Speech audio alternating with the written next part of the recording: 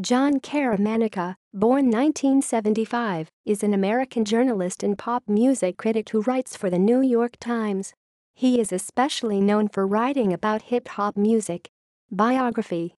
Born in Brooklyn, New York, Caramanica received his bachelor's degree from Harvard University in 1997, after which he did PhD work at Goldsmiths, University of London.